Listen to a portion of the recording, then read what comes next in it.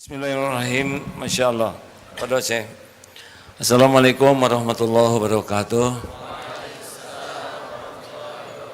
Alhamdulillah tidak terpikir sama sekali, tapi Koh Dondi memberitahu bahwa beliau ingin silaturahim ke Darut Tauhid. Allah lah yang maha mengatur segala-galanya. Alhamdulillah kelihatannya beliau capek, tapi tetap mau hadir. You understand? No, it's okay. That's why I feel free to. Alhamdulillah beliau dikarunia Allah banyak ujiannya, berarti banyak nikmat dengan menguasai 5 bahasa, hafal Quran, hafal hadis. Dulu ada Ahmad Dedat juniornya tapi plus, dan mudah-mudahan kehadiran beliau ke Indonesia penuh manfaat. Thank you for coming. We are neighbor in Putrajaya, but you still remember me in Putrajaya? Oh yeah, because we are always together, but we never talk like this. Yeah, now feel free. Ini anaknya, putranya. Beliau punya 1 putra, 2 putri. Is that right? Yeah, 3. 2 sisters. Yeah, and you the oldest? Oh, already married already? Oh, already. I'm so sorry, everyone. Yeah. Well, thank you very much. Give us tausiah. Wow. Okay. Alhamdulillah. Wassalatu wassalam ala Rasulillah wa ala alihi wa sahbihi ajmain. Amma ba'd. A'udhu billahi minash shaitanir rajim. Bismillahir rahmanir rahim. Kuntum khaira ummatin ukhrijat lin-nas ta'miruna bil ma'rufi wa tanhauna 'anil munkar wa tu'minuna billah. Rabbi shrah li sadri wa yassir li amri wa hlul 'uqdatam min lisani yafqahu qawli. My respected elders and my dear brothers and sisters, I welcome all of you with the Islamic greetings. Assalamu alaikum wa rahmatullahi wa barakatuh. It's a pleasure and honor for me to be present in the Darut Tauhid organization in Bandung. And this is my 2nd visit to the city of Bandung, but the first visit to this great organization, Darut Tauhid. And I'm happy to be here, mashallah. And the Ustad has asked me to speak for a few minutes, inshallah. I start my talk by quoting a verse of the glorious Quran from Surah Al-Imran, Surah number 3, ayat number 110, where Allah says, Kuntum khaira ummatin ukhrijat lin-nas. O ye Muslims, ye are the best of peoples evolved for mankind. Allah is giving us an honor that we Muslims are the khaira ummah, the best of people. Whenever there is honor, it is always followed up with a responsibility. There is no honor without responsibility. So when Allah is giving us a responsibility and calling us Muslims as the best ummah amongst all the people, don't we have a responsibility? The reply is given in the same verse. Allah says, "Ta'miruna bil ma'rufi wa tanhuna 'anil munkar wa tu'minuna billah." Because we enjoin what is good and we forbid what is wrong and we believe in Allah. Allah subhanahu wa ta'ala is calling us the khaira ummah because we Muslims are supposed to enjoin what is good and forbid what is wrong and believe in Allah. If we do not enjoin what is good, and if we do not forbid what is wrong, if we don't do dawah, if we don't do islah, we are not fit to be called as khaira ummah. We aren't fit to be called as Muslims. It is fard on every Muslim that we should deliver the message of Islam to our non-Muslim friends, our non-Muslim neighbors, and do islah with the Muslims. Just a moment, okay? Because not all of understand, ya. Sometimes. Jadi gini, it's okay for me to translate by my opinion. Jadi kita ini khairu ummah. Surat Ali Imran ayat berapa? Kuntum khairu ummah. Kita ini umat yang terbaik yang diciptakan Allah. Ini kehormatan besar jadi umat terbaik sepanjang ta'muruna bil ma'ruf. Sepanjang kita mau mengajak juga orang kepada kebaikan dan mencegah orang dari kemungkaran serta beriman kepada Allah. Jadi kalau kita tidak melakukan ngajak orang jadi baik, mencegah dari mungkar, maka kita kehilangan kehormatan jadi khairu ummah. More simple. It is fard on every Muslim that they do da'wah to the non-Muslims and do islah to the Muslims. Allah subhanahu wa ta'ala says in the glorious Quran, in Surah Tawbah chapter number 9, which is one of the most militant surah of the Quran. The only surah which does not begin with the beautiful formula Bismillah ar-Rahman ar-Rahim. In the name of Allah, most gracious, most merciful.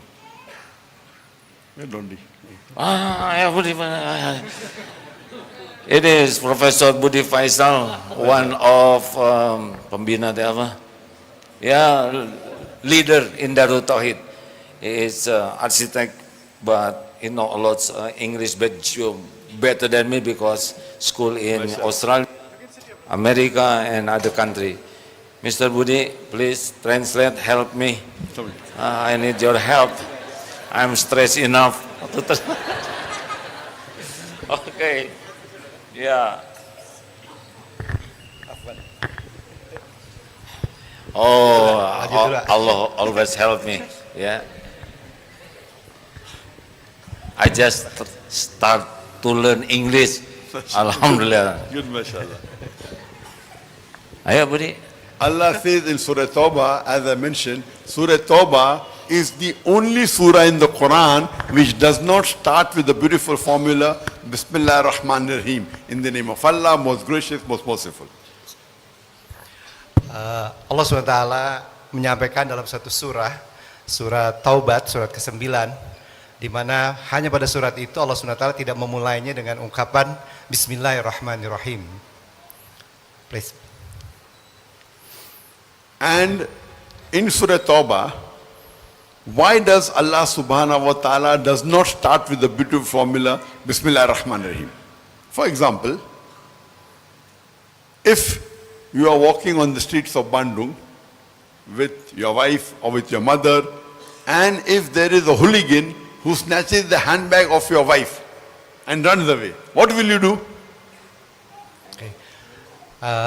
Terkait kembali dengan surat At-Taubah yang tidak dimulai dengan ucapan Bismillahirrahmanirrahim dengan menyebut nama Allah yang Maha Pengasih lagi Maha Penyayang. Misalnya beliau sampaikan kita sedang jalan di satu jalan di kota Bandung bersama dengan istri ataupun dengan ibu kita, dan beliau katakan ada hooligan. Hooligan itu persipnya kota Bandung ya, persipnya tapi di Inggris, dan kemudian mengambil tas dari istri atau ibu kita. Apa yang kita akan lakukan?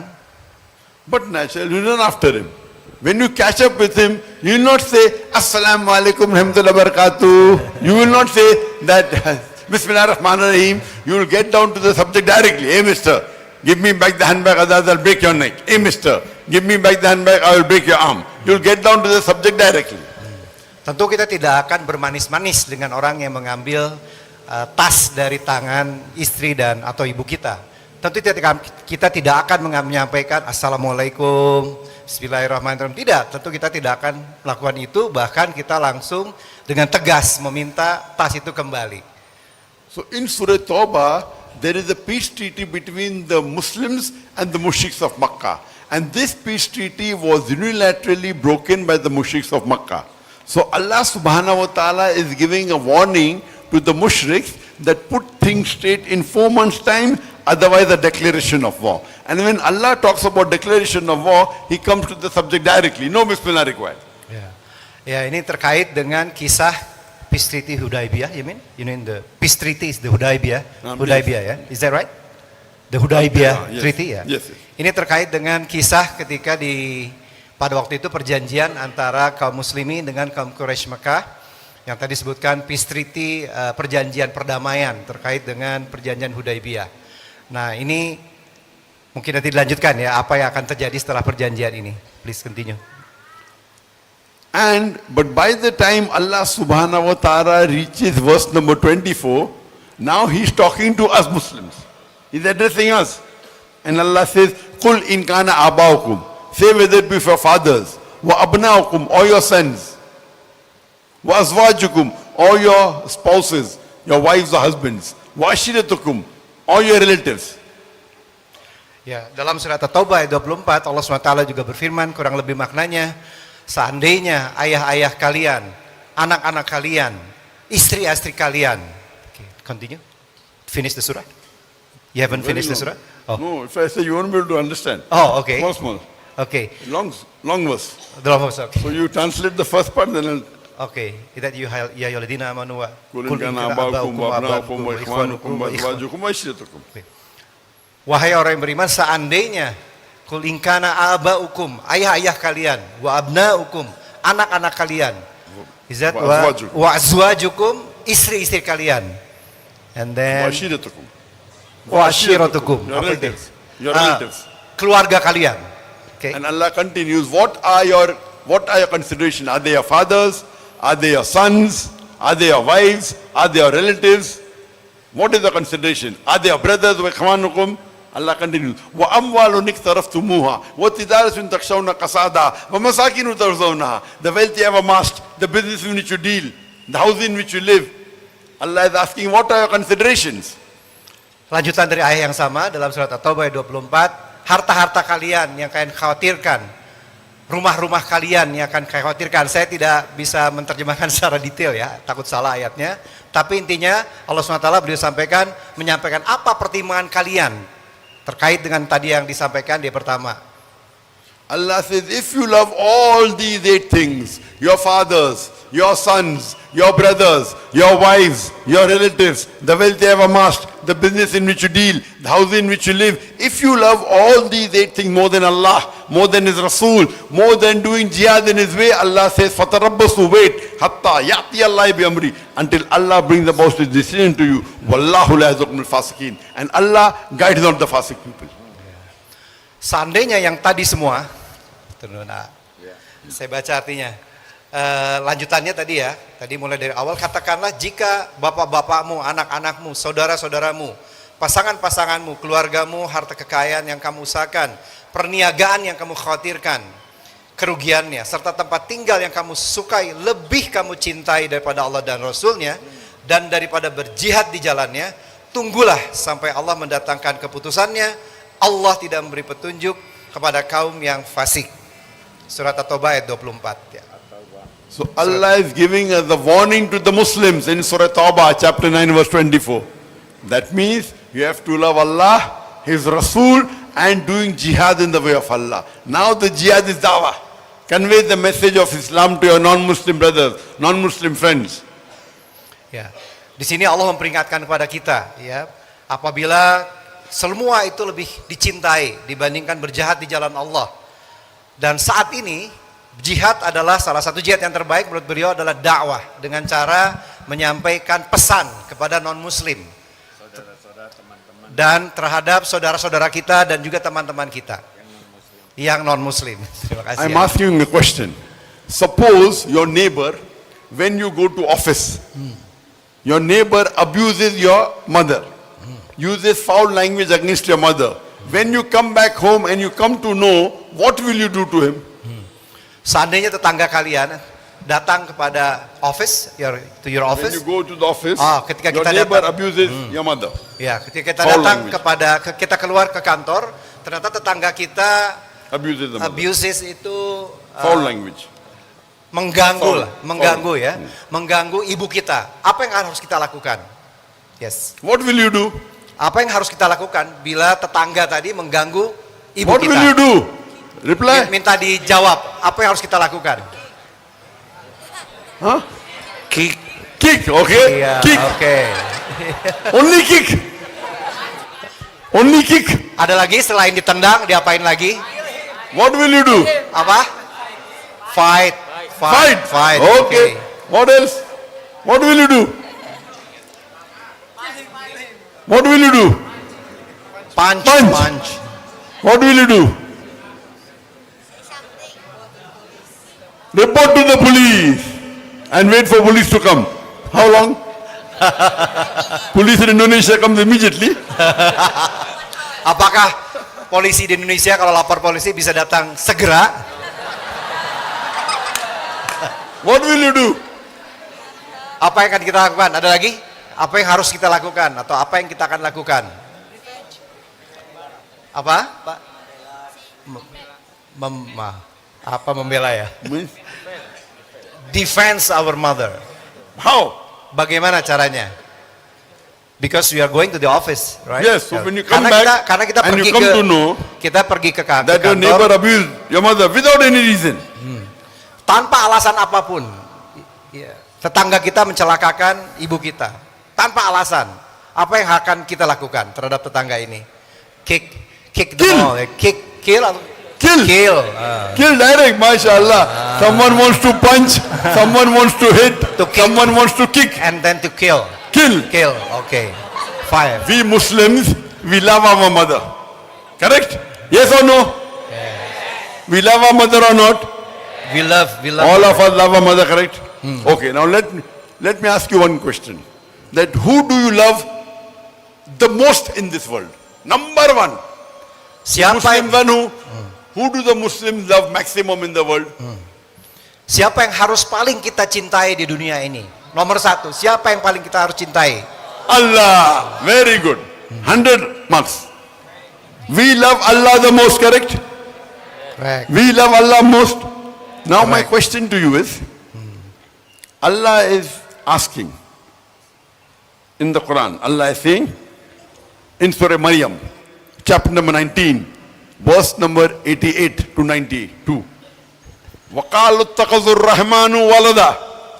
Sorry. Surah Maryam, Surah number 19. 19 Chapter 19, verse verse number 88. 88. Okay. وَقَالُوا اتَّخَذُوا الرَّحْمَنُ وَلَدًا.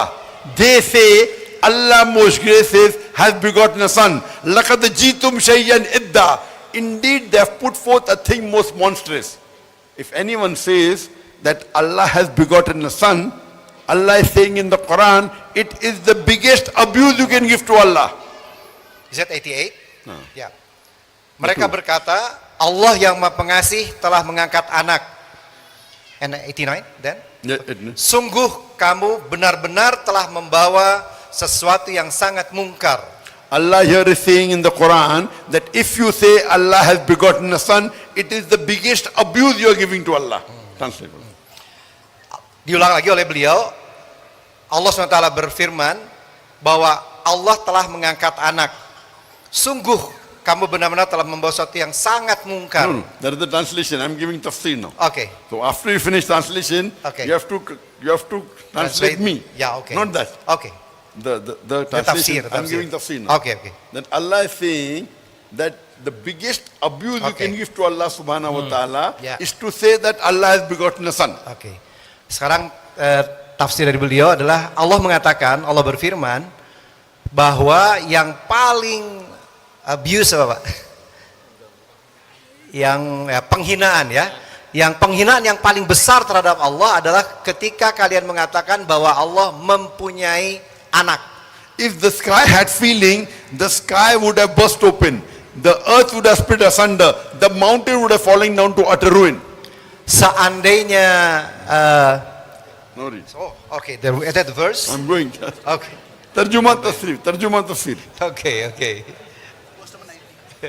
Alhamdulillah, Just a untung bukan second. saya yang nerjemah. Bahagia. 90? Oke, 90 right?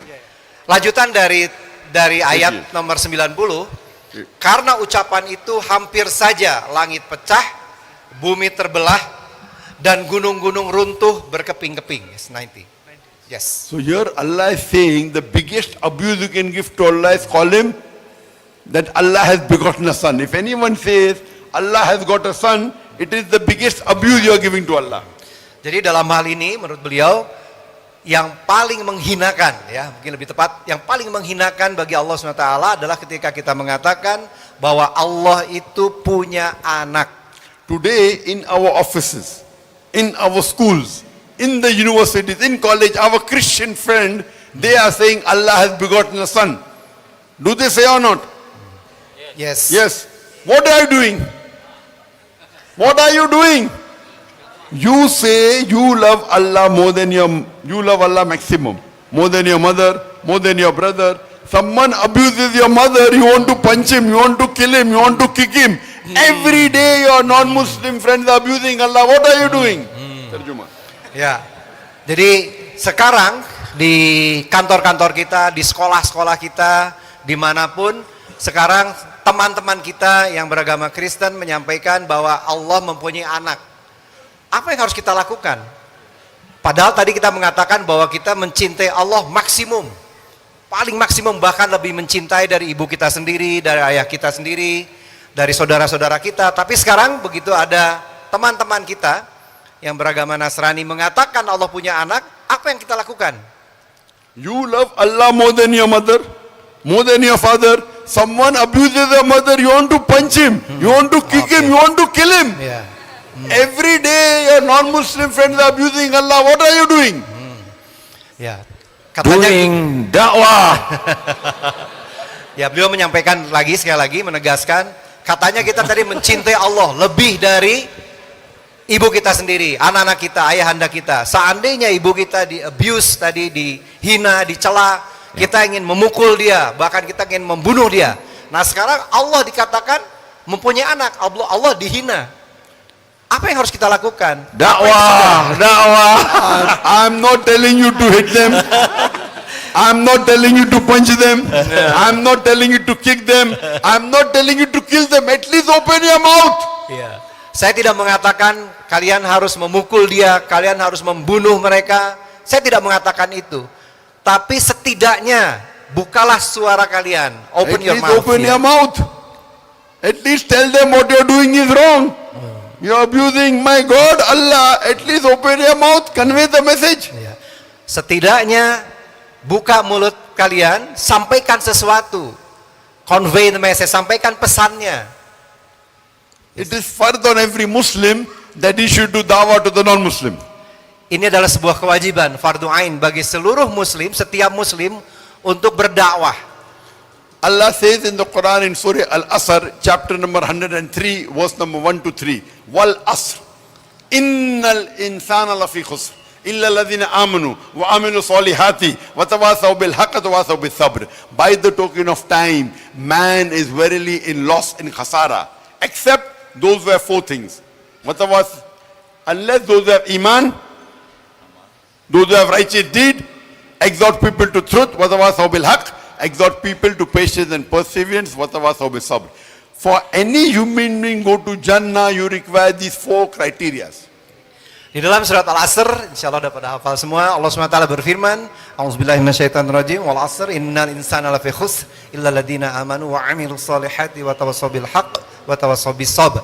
Demi waktu, demi masa, sesungguhnya seluruh manusia seluruhnya berada dalam kerugian, kecuali orang-orang yang ada 4 hal kriterianya. Orang-orang yang beriman, yang pertama. Yang kedua, yang beramal soleh. Yang ketiga, yang saling menasehati dalam kebenaran.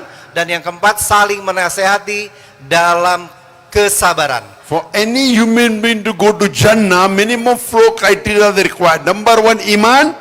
Number 2, righteous deed. Number 3, watawasaw bil haqq, dawah. And number 4, watawasaw bis sabr. If any one is missing, under normal circumstances, you shall not go to Jannah. Jadi persyaratan seseorang muslim bisa masuk surga hanya bisa masuk surga apabila kita melakukan 4 hal ini. Yang pertama, iman, percaya kepada Allah SWT. Yang kedua, beramal baik, ya, righteous deeds. Yang ketiga, dakwah, mengajak kepada kebenaran atau kebaikan. Dan yang keempat, saling menasehati tadi ya, saling menasehati dalam kesabaran. You may be a very good Muslim. You may be praying 5 times a day. You may be giving zakat. You may be fasting in the month of Ramadan. You may be going for Hajj. But according to Surah Al-Asr, if you don't do dawah, you shall not enter Jannah. Ya. Bisa jadi kalian adalah muslim yang baik. Kalian melakukan sholat 5 waktu. Ya, tapi kalau kalian tidak melakukan 4 hal ini, tidak melakukan dakwah, bisa jadi tidak bisa masuk surga.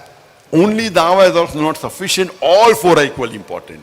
Iman, righteous deed, dawah, and Sabar. sabr, calling for sabr. All 4 are equally important. Ya. 4-4-nya setara, equally important. 4-4-nya setara. Iman, amal soleh, berdakwah ya, mengajak, saling menasihati dalam kebenaran dan saling menasihati dalam kesabaran. Empat-empatnya setara. Imam Shafi'i rahimullah, he said if Surah Asr alone was revealed, it would have been sufficient for hidayah for the whole of humanity. Alone. If Surah Asr was alone revealed, Imam Shafi'i, may Allah be pleased with him, Allah have mercy on him, he says it would have been sufficient for hidayah, nothing else required. Imam Syafi'i rahimahullah menyampaikan, seandainya hanya surat satu saja, surat Al-Asr yang diturunkan Allah SWT ke dunia, itu sudah cukup bahwa kita semuanya bisa mendapatkan hidayah. It is compulsory every Muslim should at least be a part-time da'i. Ya, itu adalah sebuah kewajiban bagi setiap muslim setidaknya menjadi part-time da'i. Minimum menjadi part-time da'i. Allah says in Surah Imran chapter 3, verse number 103, that let there arise out of you a band of people, inviting people to what is good, enjoining what is good, and forbid what is wrong. These are the people who shall achieve felicity. Here Allah is talking about full-time da'is, how you are full-time doctors, full-time engineers, full-time lawyers, full-time businessmen. Here Allah is talking about full-time da'is. Okay, just a second. Just a second, Sheikh. Surat. What surah again? Sorry. Surah Imran chapter 3 verse number 104. 104. Paruli, siapkan Okay. Paruli, cepetan. Ibrahim. Enak Is saya. that Ibrahim. Imran chapter 3. Oh, Al-Imran. Al Imran Verse number 104. 104. Ayo Udah cari. Mana ini? Oke. Berapa ni? Oke. 3104 ya. 104? Is that 104? 104. 104, okay. Is that this one? Yes. Wal takum minkum? Yes. Oh, oke. Ummatan yad'una ila Allah. Dan hendaklah ada di antara kamu Kurang segolongan dekat. umat. Dan hendaklah ada di antara kamu segolongan umat yang menyeru kepada kebajikan, menyuruh kepada yang ma'ruf dan mencegah dari yang mungkar. Merekalah orang-orang yang beruntung. So those who are full-time da'is, Allah promises Jannah. Best profession is full-time da'i. Jadi bagi siapa saja yang menjadi full-time da'i, Allah SWT telah menjanjikan masuk surga. Dan itu hanya bagi seorang full-time da'i. We have full-time doctors, full-time engineers. How many full-time da'is we have? Who are traveling, like Ustad. How many we have? Very few. Like Ustad traveling how many few? We require much more. Ya. Kita banyak yang menjadi full-time dokter, full-time insinyur. Tapi berapa banyak yang menjadi full-time da'i? Seperti Agi maksudnya, Ustaz yang traveling kemana-mana berdakwah. Ya. I would like to end my talk with the verse of the Quran where Allah says da'i is the best profession. Allah says in Surah Fusilat, chapter number 41, verse number 33, وَمَنْ أَحْسَنُ قَوْلًا مِمَّنْ دَعَا إِلَى اللَّهِ وَعَمِلَ صَالِحًا وَقَالَ إِنَّنِي مِنَ الْمُسْلِمِينَ. Who is better in speech than one who invites to the way of thy Lord, works righteousness and says that I am a Muslim. وَآخِرُ الدَّعْوَانَ الْحَمْدُ لِلَّهِ رَبِّ الْعَالَمِينَ. Baik, akhir dari ceramah saya ini saya tutup dengan surat Al-Fussilat ayat 33. A'udzubillahi minasyaitonirrajim. Wa man ahsanu qawlan mimman da'a ila Allah wa 'amila shalihan wa qala innani minal muslimin. Kurang lebih maknanya, siapakah yang lebih baik perkataannya daripada orang yang menyeru kepada Allah, mengerjakan amal yang soleh dan berkata, sesungguhnya aku termasuk orang-orang yang menyerahkan diri. Surat Fussilat ayat 33. Masya Allah. Halo sih. Alhamdulillah. Thank you very much ya. Rekan-rekan sekalian, tidak ada yang kebetulan. Terjemah. Okay, dear brothers and sisters, there is nothing coincidence in this world. Do such yet, Sheikh. Yes. Lanjut. Tidak terpikirkan. Yeah. I haven't thinking about this, never thinking about this, never thought, Tidak juga direncanakan. never plan. I never planned this one. Yes. Tapi terjadi hari ini. But it's Happen. happened today. Ya. It's happened today. Bisa bahasa Inggris ya.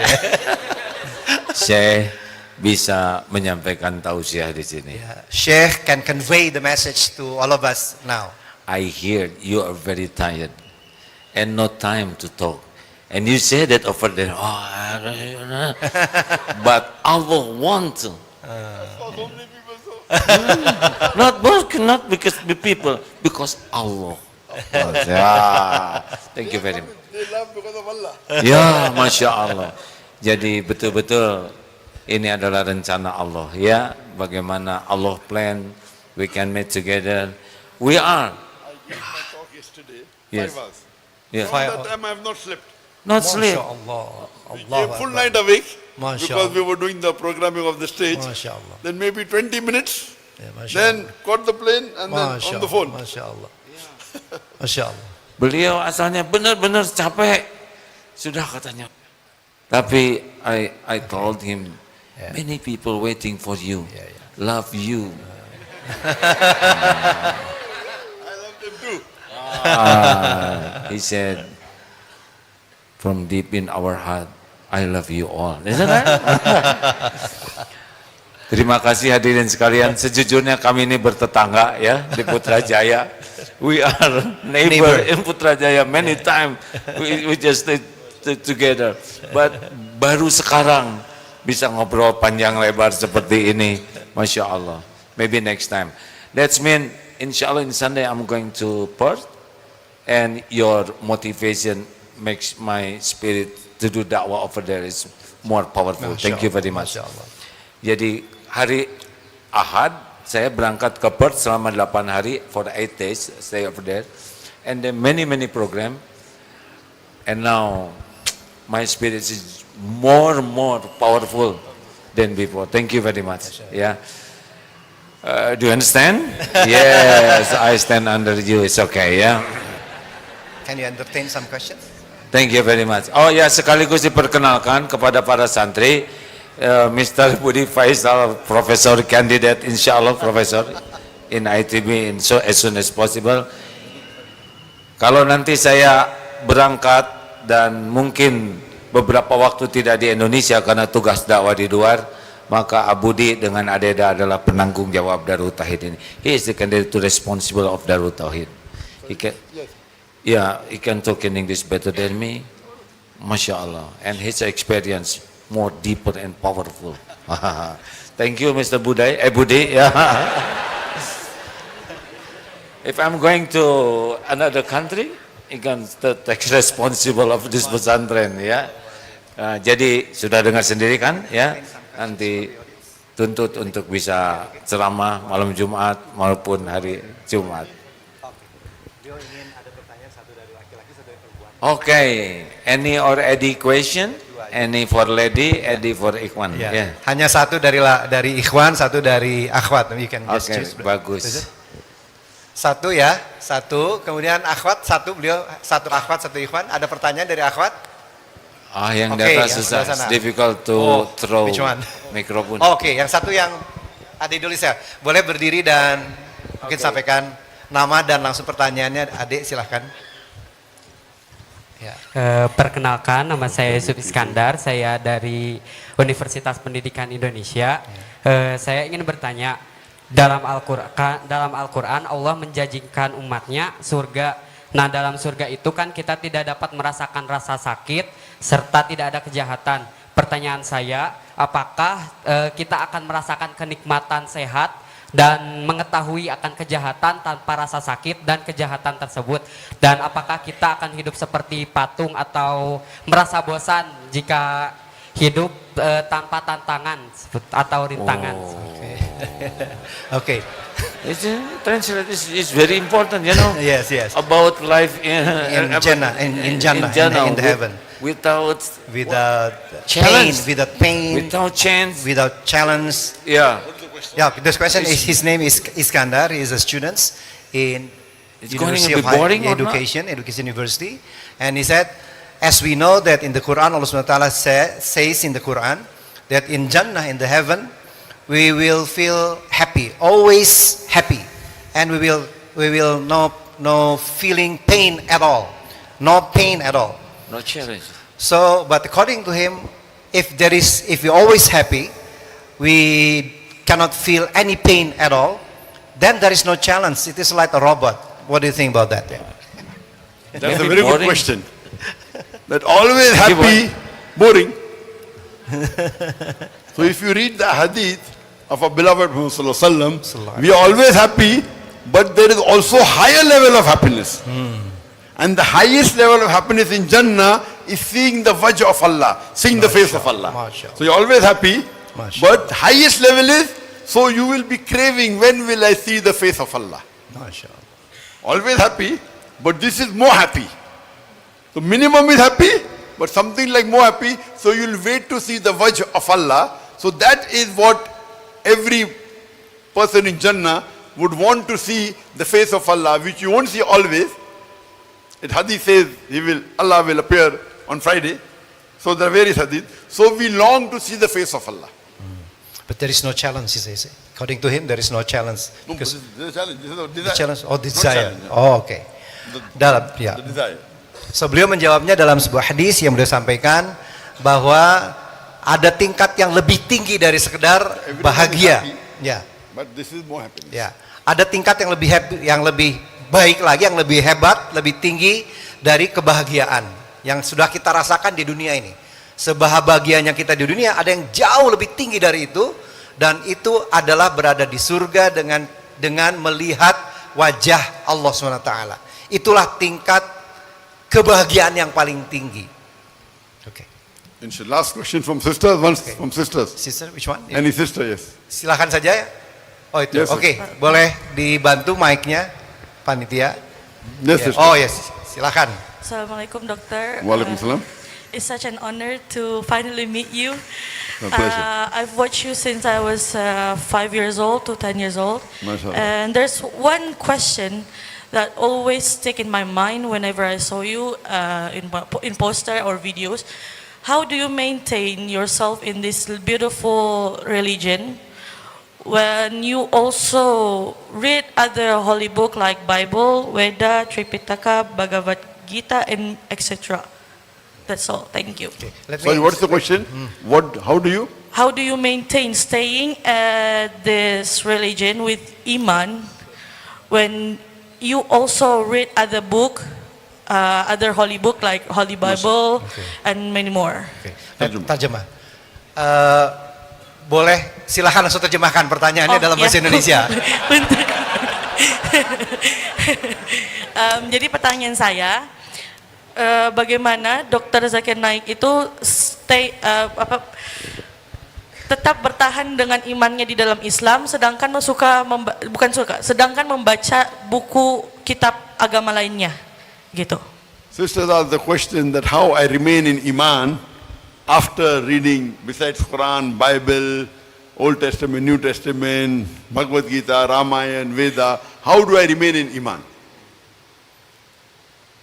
I was a Muslim because my father was a Muslim initially. Till the age of 19, I was a Muslim because father was a Muslim, just following blindly, like most of them. Then I met Sheikh Ahmad Didat, he inspired me, and I started doing dawah. Then I started reading other scriptures. When I read other scriptures, now I'm a Muslim by choice. Because I've read Bible, I've read Veda, I've read Ramayana, I've read Mahabharata. Now, after comparing, I am now Muslim by choice. Ya, saya adalah seorang Muslim terlahir sebagai seorang Muslim. Keluarga saya seorang Muslim. Tapi kemudian saya terinspirasi oleh Syekh Ahmad Didat, sehingga saya kemudian belajar ilmu perbandingan agama. Saya baca Bible, saya baca Veda, saya baca berbagai macam kitab suci dari agama-agama lain atau kepercayaan-kepercayaan lain. Karena saya membandingkan berbagai macam kitab-kitab tersebut, sekarang saya bukan seorang Muslim keturunan. Saya adalah sebagai seorang Muslim karena saya memilih Islam, bukan lagi keturunan. Dengan apa? Dengan kesadaran penuh, kira-kira begitu. Sisters asking me, how do I maintain my iman? Not maintain. My iman has gone very high now. And I challenge, anyone show me a better religion, Islam, I will convert. I'm so convinced with Islam, with logic and reason, I tell anyone, show me better book than the Quran, I will convert. Others cannot say because they don't have comparative religion.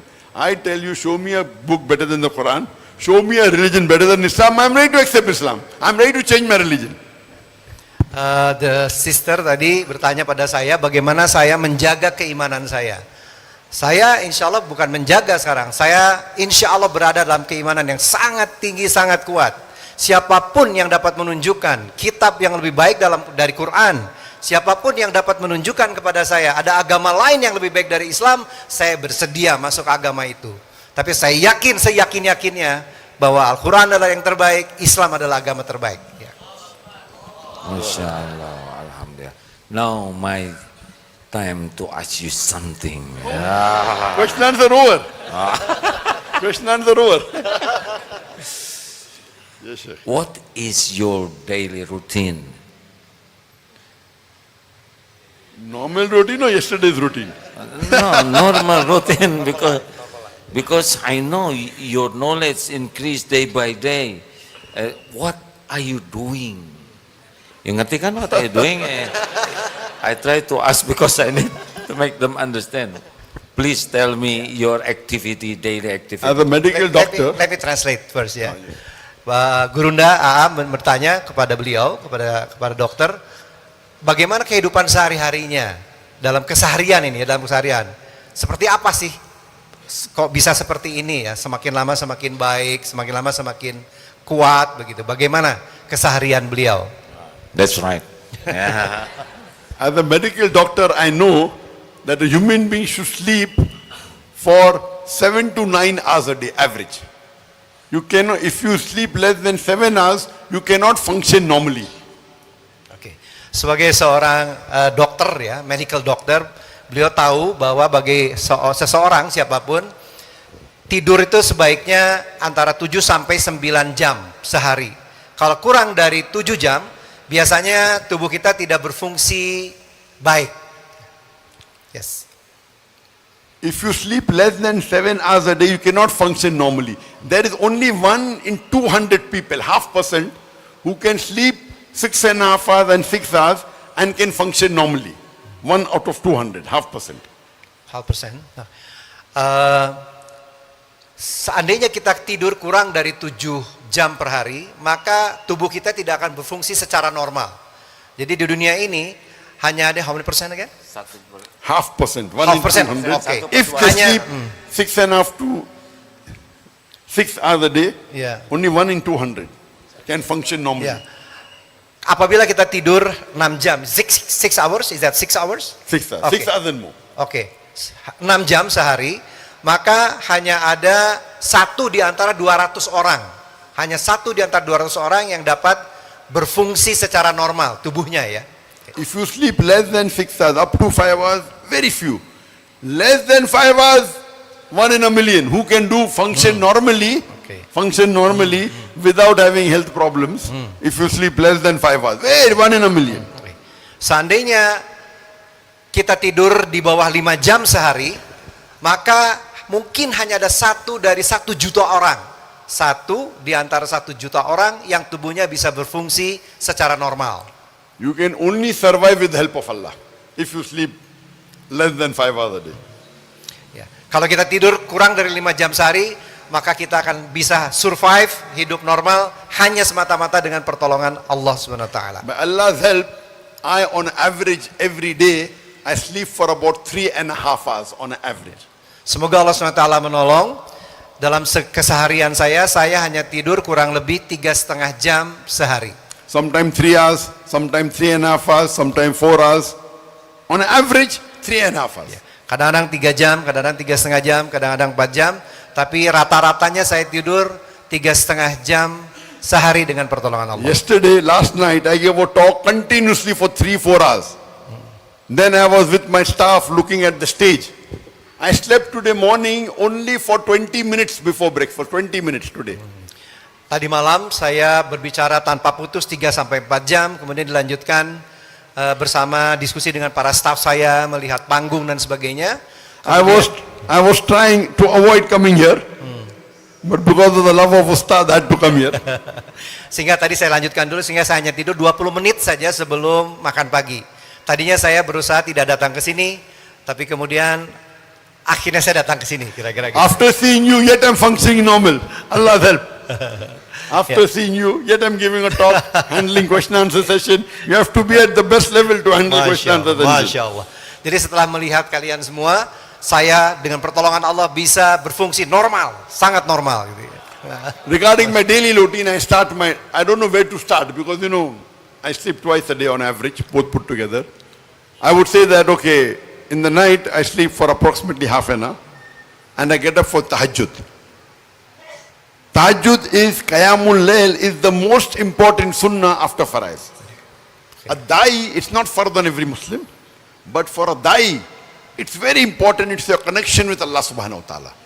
So I, on an average, when I'm at home, I spend about 2 hours every night in tahajjud. I start my day, I sleep for half an hour, then get up for tahajjud. I spend about 2 hours on average when I'm at home, not traveling, at home. Masya Allah. Setiap malam biasanya saya tidur setengah jam dulu saja. Setengah jam saya tidur, kemudian saya bangun untuk tahajud selama kurang lebih 2 jam setiap hari. Dan untuk seorang da'i, tahajud adalah sangat-sangat penting bagi seorang da'i untuk mempunyai koneksi yang kuat dengan Allah SWT. Setiap hari 2 jam untuk tahajud, malamnya tidur setengah jam dulu. And then after Any problem you have, ask Allah in tahajjud. In your sujud, Allah will give you. The scholars say, you have not tried everything until you ask Allah in tahajjud, in your sujud. Where Allah says 1 hour, is there any of my servant who wants something, I will give it to you. Tahajjud is the best time for connection with Allah. Ya, bagi siapapun yang mempunyai masalah, maka jawabannya adalah selalu minta pada Allah SWT. Selalu mohon pada Allah SWT dalam tahajud, dalam sujud. Dan Allah SWT berjanji ya dalam Al-Quran, dalam hadis, siapapun yang membutuhkan pertolongan, perlindungan, maka Allah akan kabulkan dalam tahajud, dalam sujud kita. It's compulsory for every Muslim, at least the men, that they should offer salah in Jamaat in the mosque. This is neglected by many Muslims. At least for the gents, it's compulsory every Muslim should offer salah in Jamaat in the mosque. Beliau berpendapat, bagi laki-laki Muslim adalah wajib hukumnya bagi laki-laki Muslim untuk sholat berjamaah di masjid. Dan ini yang banyak sekali dilupakan oleh kaum laki-laki Muslim. Jadi beliau berpendapat adalah wajib hukumnya bagi laki-laki Muslim untuk selalu sholat fardu berjamaah di masjid.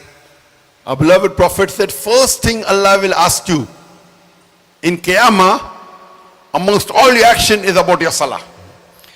Rasulullah SAW bersabda bahwa yang pertama kali akan ditanya oleh Allah SWT pada hari kiamat adalah sholatnya, adalah sholat kita. Where I stay in Putrajaya, where even Ustad has a house, we have a musalla, we call in Malay Surau, I say masjid, in the same building, very close. Yet, if we do wudu, if I go, the moment I hear the adhan, I go, I pray my sunnah, all my sunnah, first come back, average, it takes me 40 minutes. 40 minutes For one salah, average. Sometimes 35, sometimes 45, average for every salah. Okay. Di Putrajaya yang saya tinggal dekat dengan Syekh, kata beliau, ada sebuah musola di sana yang dinamakannya surau.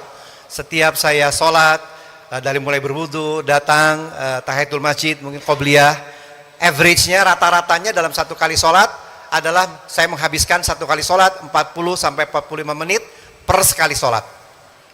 So multiply by 5 comes to 200 minutes, plus my tahajjud about 2 hours, then salatul duha very important, 4 rakat. Add that about 20 minutes. All put together on average every day, I pray for about 5 to 5.5 hours, average. 5 to 5.5 hours.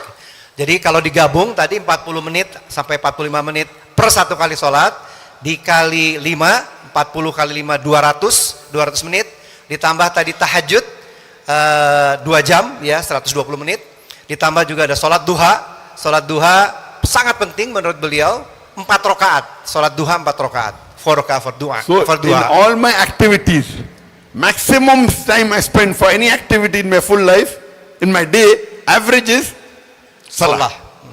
Artinya dalam keseharian saya setiap hari, yang paling banyak saya lakukan, saya menghabiskan waktu saya adalah untuk sholat. And on an average, of course, my main purpose is dawah.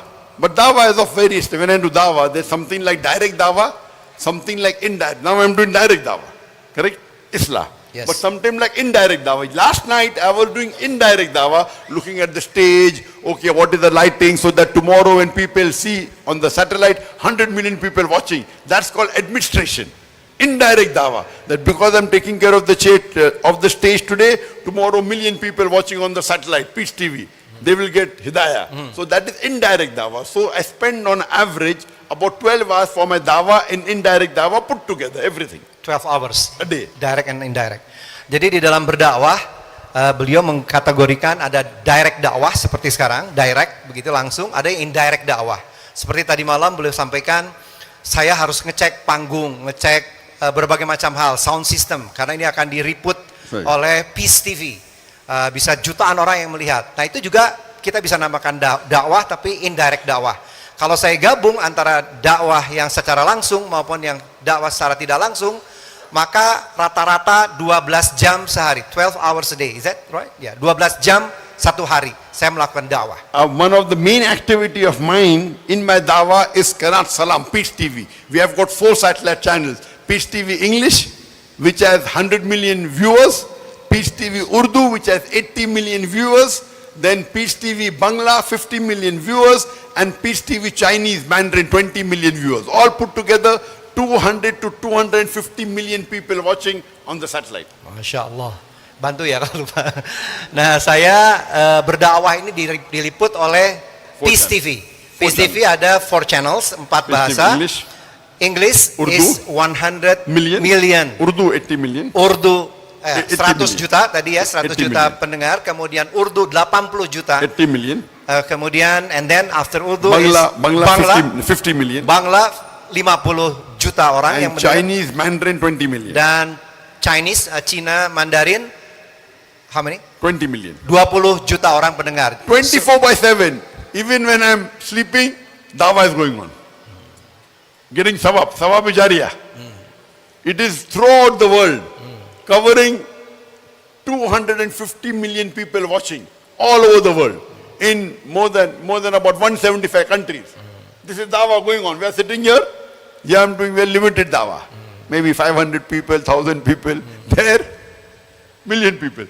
At the time, 10 million people watching, 20 million people, because I am hungry for sawab. Hungry for? Sawab, blessing. Blessing. Oh, Masya Allah. Ya, kalau setelah mendengarkan tadi, kita ada 250 juta orang yang selalu mendengar dari 4 channel satelit TV. Artinya kalaupun saya tidur, maka ini akan terus berjalan. Dakwah ini akan terus berjalan. Dan saya sangat semangat untuk terus mengejar blessing. Sawab. Pahala. Is that ajr? Blessing, ya? Ajr. Ya, oke. So Ajr, if pahala. I spend 5.5 hours for salah, direct dawah, indirect dawah, administration, we have got school, many activities, total 12 hours, and I am also a part-time businessman. Selain tadi yang dakwah dan indirect dakwah yang saya lakukan selama 12 jam sehari, saya juga adalah seorang part-time businessman. I spend every month about 2 days for business. On average, maybe half an hour every day, I spend for business. Ya. Jadi dalam 1 bulan saya menghabiskan 2 hari untuk bisnis, 2 days. Like how Ustad says, we should be like that, not like that. Nah, seperti yang Gurunda sampaikan, tangan kita harus di atas, bukan tangan kita di bawah. So we have about 10 businesses, personal businesses. I spend only half an hour a day managing all this, only half an hour. Because I'm a full-time da'i and a part-time businessman. Ya. Half an hour per day? One day. One day, half an hour. Yes, Ya. average. Oke, jadi rata-rata saya menghabiskan hanya 1,5 jam saja sehari, dan itu pun hanya 2 hari dalam 1 bulan. Jadi belum sampaikan saya insya Allah seorang full-time da'i dan part-time businessman. And in business, best is make Allah your business partner. Dan sebaik-baik di dalam bisnis adalah menjadikan Allah SWT sebagai mitra bisnis kita. When my son started doing business 2-3 years back, I told him make Allah your business partner. And when you make Allah business partner, you can't make him a small partner. You can't make him a small partner. You have to make him a major partner. So I told my son, when you make Allah your partner, minimum give 51% of your profit in charity to Allah subhanahu wa ta'ala. Minimum. Minimum. Apabila kita menjadikan Allah sebagai mitra bisnis kita, maka kita perlu menjadikan mitra bisnis ini sesuatu yang sangat mulia. Harus sangat kita muliakan. Karenanya, dalam berbisnis dengan Allah SWT, saya minimum memberikan 51% dari keuntungan untuk Allah SWT. It's not fard, huh? Fard is 2.5% zakat. Ini bukan wajib ya. Of your nisab level excess. This is my suggestion, afzal. It's not fard. And of course, I am a veteran, I am old timer. I give more. But for my son, he's new. So minimum 51%. See, he's tired. Oh, he was with me awake. I'm training him now. Ya, Inshallah. ya, beliau sampaikan ya ini anak saya pemula, masih pemula dalam berbisnis. Jadi itu buat anak saya 51%. Kalau saya udah lebih senior, saya harus lebih besar dari 51%. Allah says in the Quran in Surah Baqarah chapter 2 verse number 261. Terjemah. If you give one corn, Surah Al-Baqarah Surah Baqarah chapter 2 verse number 261. 261. If you give one grain in the way of Allah, Allah will give you 7 year, 7 buta. Every year will have 100 grain. That means you put one Jazakallah grain in the way of Allah, Allah will give you 700 grain. 700 times profit. In English terminology, 70,000%. Dalam surat Al-Baqarah, surat kedua, ayat 261, Allah SWT berfirman, kurang lebih maknanya. Perumpamaan nafkah yang dikeluarkan oleh Allah, oleh orang-orang yang menafkahkan hartanya di jalan Allah, adalah bagaikan dengan sebutir benih yang menumbuhkan 7 bulir, pada tiap-tiap bulir 100 biji. Allah melipat gandakan ganjaran bagi siapa yang Dia kehendaki, dan Allah maha luas karunia-Nya, lagi maha mengetahui. No, tafsir. One grain you give, Allah gives you 700 grain. Tafsir dari beliau, apabila kita memberikan 1 benih saja, artinya Allah membalas dengan 700 benih. 700 times Yes. profit. 700 keuntungan. In business terminology, 70,000% profit. Nah, dalam terminologi bisnis, dalam istilah bisnis, artinya apabila kita tadi melakukan tadi, akan mendapatkan 70% keuntungan, profit. 70% profit di dalam bisnis. Kalau kita tadi melakukan Normally when you tadi, do business, how much profit you get? 10%, 20%, 30%, 40%, 50%, how much? Here Allah is saying 70,000% profit. oh 70,000, sorry. 70,000. Oke, saya you made it koreksi. less. Yes. You made less. Yes, I made less. You don't have faith in Allah. Terjemah. Ya, tadi saya koreksi dulu. 70,000, is that? 70,000. 70,000% keuntungan. 70,000% keuntungan. Which business you get so much?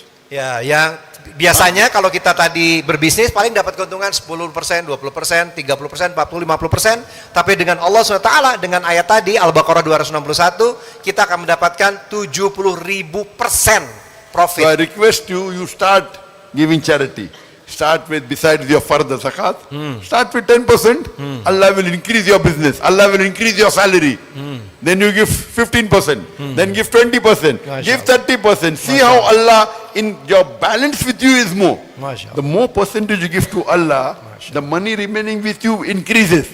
Your percentage decreases, but amount increases. Very easy. Do business with Allah. Very easy. Masya Allah. Ya, beliau menyarankan selain yang wajib 2,5%, mari mulai berlatih meningkatkan dari 2,5%, 5%, 10%, 2%. Beliau katakan pasti Allah akan ganti lebih besar lagi, lebih besar lagi, lebih besar lagi. Sebaik-baik berbisnis adalah berbisnis dengan Allah SWT. This was in short about what I do daily, and I have to thank all of you for giving us an opportunity to come here, and may Allah reward all of you, and inshallah may Allah raise all of us together in Jannah. Masya Allah.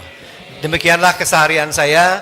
Saya tutup seperti di sini. Semoga Allah SWT memberikan pahala kita dengan varga surga dan mempertemukan kita di surganya kelak, insya Allah. Thank you, Syekh. Your word is very powerful. Looks like punch me, menonjok. I'm a businessman too, but still a half time. Okay. After I hear a lot from your daily routine, inshallah, looks like Allah give me warning to change my style in my life. Inshallah, I want to follow your lifestyle. Inshallah. Thank you very much, Syekh. Jazakumullah. Thank you everybody. We love you all. Terima kasih. Benar-benar saya tahu ketika beliau datang itu sangat lelah ya. Beliau semalam tidak tidur dan ketika diajak bicara. Tapi kalau Allah menghendaki syariatnya saudara ingin dan beliau pun mencintai saudara. Kepada semua jamaah, Koh Dondi mana? Where is Koh Dondi? Where are you? Koh? Ni hao ma? Hao? Ya, nggak duduk di sini. Koh, tunggu sebentar. Ya, Dondi Tan. Ya, Koh Dondi ini hamba Allah yang saya juga termasuk yang banyak melihat. I saw many in his YouTube because give me more enlightenment about how to dakwah to another religion. Terima kasih Koh. Saya dengar dari sekretaris saya, Koh Dondi ngontak katanya, mau ada kunjungan. Saya percaya ini Allah yang mengatur. Terima kasih. Jazakallah khair, semoga semua pahala mengalir juga kepada Koh Dondi. We are doing doa all pahala, you know pahala? It's okay, yeah. Reward, yeah. Yeah, ajr, and also he received this ajr, yeah, because by him Allah create this, masya Allah lah, gitulah ya. Oke lah, makasih kok. Mungkin akan menyampaikan sesuatu sebelum meninggalkan acara yang fana ini.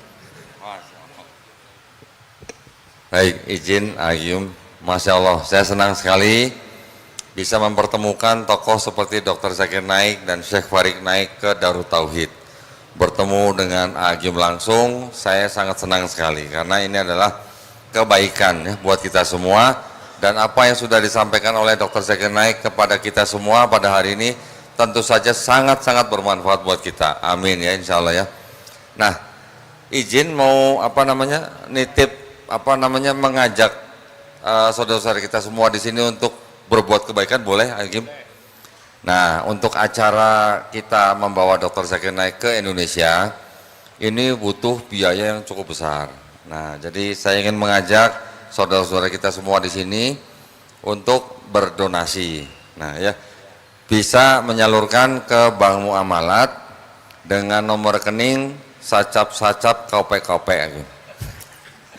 Itu dalam bahasa Hokiannya, bahasa Indonesianya 30 900 atas nama Garda Mu'alaf Indonesia Events. Berapapun yang Bapak Ibu donasikan atau sedekahkan buat acara Dr. Zakir Naik ini, insya Allah akan membawa kebaikan kembali buat kita semua. Dr. Zakir Naik ini datang ke Indonesia berceramah, hanya menggunakan tempat, tapi disiarkan langsung oleh PIS TV. Yang menonton ratusan juta orang. Ketika ada orang menjemput hidayah, entah di Indonesia atau di belahan bumi yang lain, kita semua yang juga mendapatkan kebaikan, insya Allah. Begitu saja, wabillahi taufiq wal hidayah. Wassalamualaikum warahmatullahi wabarakatuh. Jadi ini bukan untuk beliau, tetapi ini untuk sewa sound system dan sebagainya. Kalau beliau seperti yang diceritakan, ongkos sendiri dan tidak mengharapkan apapun. Terima kasih. Subhanakallahumma bihamdik, asyhadu alla ilaha illa anta astaghfiruka wa atubu ilaik. Assalamualaikum warahmatullahi wabarakatuh.